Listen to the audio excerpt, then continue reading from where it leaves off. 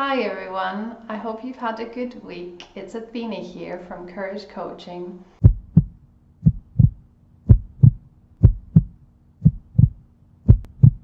The video today is going to focus on the effects of parental narcissistic abuse on an individual and how similar that is to the effects that somebody is left with after having been in a cult.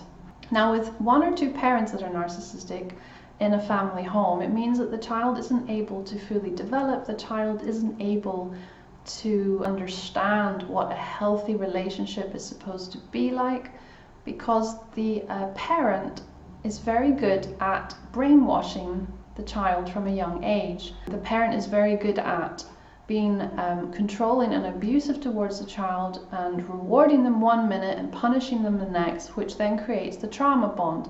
And the trauma bond is so powerful that the longer the child is in this abusive environment, the stronger the trauma bond gets. And same thing happens when somebody is part of a cult. The cult leader is very good at also manipulating and brainwashing the victim.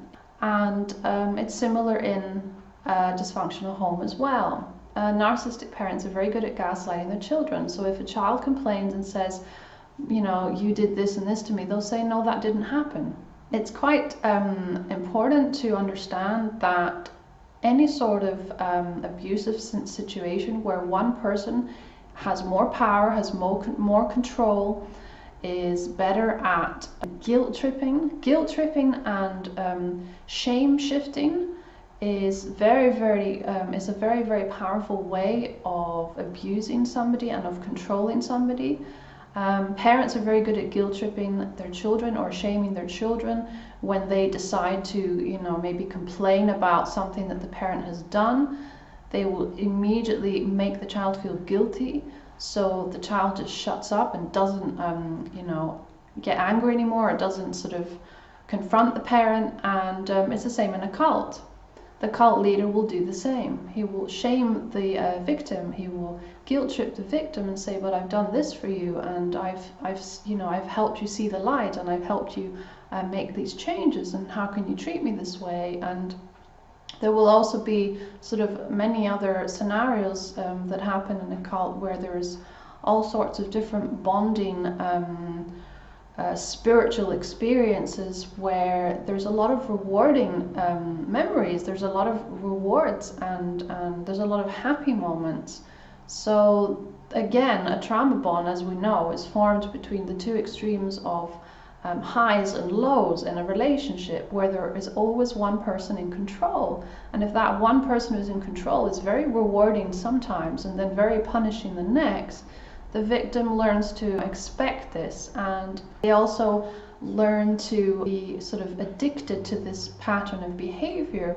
So the longer this trauma bond goes on, then the more the victim will always choose to be around people that are the same as the cult leader, or, you know, in the dysfunctional family setting, the abusive parent.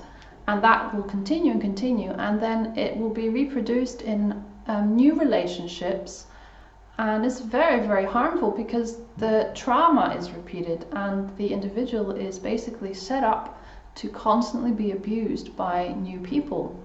The victim or the survivor is very vulnerable to always choosing somebody who treats them the same way that the parent did or that the cult leader did. So it's a very difficult pattern to break, the trauma bond. And when particularly a victim is trying to leave a cult, it is very difficult, and sometimes they may want to leave, but then they don't feel strong enough to do it because they feel too scared, because they feel too guilty, because they fear how their life will be without this connection. And it's the same in a dysfunctional family where the parents are abusive. The child has been groomed so well into believing that they are nothing without their parents, that if they don't have their parents in their life, then their life isn't worth living. That they're so well groomed into believing that no one is ever going to love them as much as the parent did, or their self-esteem is so affected that they don't think that they can do anything unless they have the parents' guidance. And in most cases, unfortunately, the adult child will probably never leave this relationship with the parent. They will maybe think of going no contact, but they might never have the strength to do it because the trauma bond is so strong.